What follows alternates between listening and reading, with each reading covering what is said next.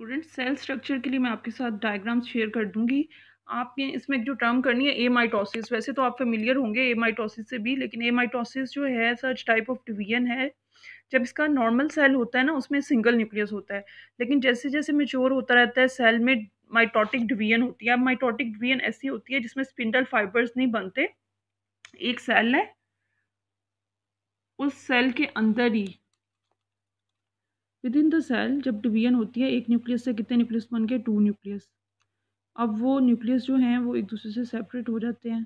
ठीक है, cell cell के अंदर 2 न्यूक्लियस बन गए, अब एक सेल में न्यूक्लियस 2 हो गए, मजीद डिवीजन होगी। अब इसमें सेप्टा नहीं बना, यानी सेल सेपरेट नहीं हुए, एक और डिवीजन होगी तो 4 हो जाएंगे। तो इस तरह नंबर ऑफ न्यूक्लियस इंक्रीज होता है। इस प्रोसेस को हम कहते हैं एमाइटोसिस।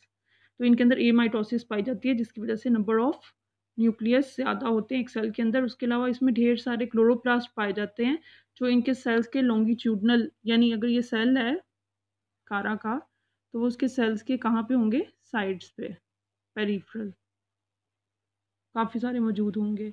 और इनकी वॉल्स पे ना काफ़ी सारा, इनको एक और नेम, कारा को स्पेसिफिकली एक नेम देते हैं कैल्शियम कार्बोनेट की डेपोजिशन की वजह से, क्योंकि ये ज़्यादातर पाए जाते हैं एक्वेटिक हैबिटेट में, तो इन पे साइड पे डेपोजिशन हो जाती है कैल्शियम कार्बोनेट की और सिलिका की, कैल्शियम कार्बोनेट की और सिलिका की। उस वजह से इनको हम स्टोन वर्ड्स कहते हैं। जो कारा का नेम है ना, जो बहुत मशहूर है और कॉमनली इसको एक और नेम दिया जाता है, डेट इज स्टोन वर्ड्स। अच्छा, अब आपने करना है growth of thallus. Growth of thallus के लिए मैंने यहाँ पे डायग्राम बनाई है। अच्छा, ग्रोथ कैसे होती है? ग्रोथ होती है एपिकल सेल में। एपिकल सेल कौन सा होता है? एपिक्स वाला सेल, यानी ये जो सबसे अपर ब्रांच है ना, या मेन एक्सिस की टिप, इस पे एक डोम शेप सेल प्रेजेंट होता है। डोम कहते हैं गुंबद को। उसमें होती है माइटोसिस। माइटोसिस से वो बनाता है डेरिवेटिव्स, यानी ऊपर सेल था, सेल ने नीचे क्या बनाई, डिवीजन करके नीचे बना दिए और सेल्स। ये और सेल्स आपको नजर आ रहे हैं। अब ये डेरिवेटिव्स कहलाते हैं। इन डेरिवेटिव्स में होता क्या, each cell further cut its cells. यहाँ पे कटिंग आती है। कटिंग कैसे आती है कि ऊपर एक सेल बन जाता है, हर सेल के अंदर 2 सेल, डेरिवेटिव के अंदर 2 सेल बनते हैं, ऊपर एक सेल बनता है और नीचे एक सेल बनता है। ऊपर वाला सेल जो है वो बाई कॉनकेव होता है। कॉनकेव लेंस होता है, आपको पता है ना, तो वो ऊपर वाला सेल कैसा होता है, बाई कॉनकेव। और नीचे वाला सेल कैसा होता है, बाई कॉन्वेक्स। ये 2 सेल बन गए, और ये किसके नीचे बन रहे हैं, ऊपर वो डोम शेप सेल है ना, ये डोम शेप सेल, इसके नीचे ये बन रहे हैं। ठीक है, इस डेरिवेटिव के साथ भी यही हुआ और दूसरे डेरिवेटिव के साथ भी यही हुआ। जो डेरिवेटिव, इस डेरिवेटिव के सेल के अंदर जो 2 सेल्स बने हैं, ऊपर वाला बाइकॉनकेव, उसको हम नोडल इनिशियल कहते हैं, और नीचे वाला बाइकॉन्वेक्स, उसको हम इंटरनोडल इनिशियल कहते हैं। नाम से पता चल रहा है कि ऊपर वाला सेल नोड बना देगा और नीचे वाला सेल क्या बना देगा, इंटरनोड।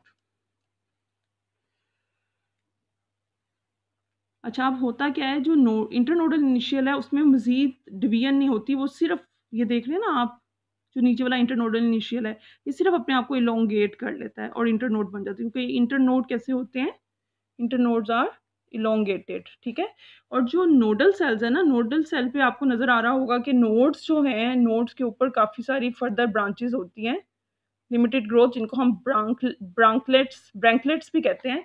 तो वो ब्रैंकलेट्स बनाने के लिए होता क्या है कि ये जो बाई कॉनकेव सेल है ना, नोडल इनिशियल, इसमें होती हैं मैनी वर्टिकल डिवीजन्स। कैसी होती है, वर्टिकल डिवीजन्स इसमें आती हैं ऐसे। ठीक है, वर्टिकल डिवीजन्स आने की वजह से इसमें काफ़ी सारे सेल्स बन जाते हैं। अच्छा, अब ये जो सेल्स बनते हैं इन वर्टिकल डिवीजन से, उससे यहाँ पे एक शेप इख्तियार हो जाती है, एक राउंड सी शेप, जिसमें 2 सेंट्रल सेल्स होते हैं और 6 to 20 पेरिफेरल सेल्स होते हैं।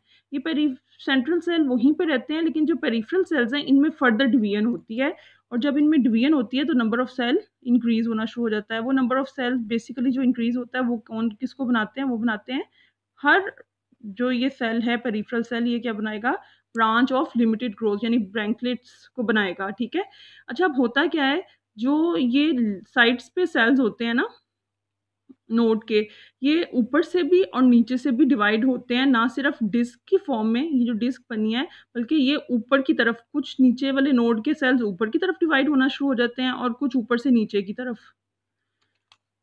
ठीक है, ऊपर से जो सेल डिवाइड होके नीचे आएगा वो भी कॉर्टिकल सेल है जो इंटरनोड को कवर करेगा, और नीचे से जो ऊपर जाएगा ये भी कॉर्टिकल सेल है जो किसको कवर करेगा, इंटरनोड को।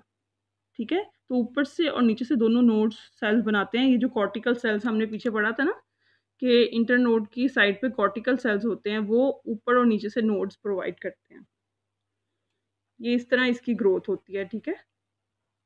अब ये डोम सेल फिर उधर ही है, अगर मज़ीद ग्रोथ करनी होगी तो इसी तरह ये डेरिवेटिव्स बनाएगा।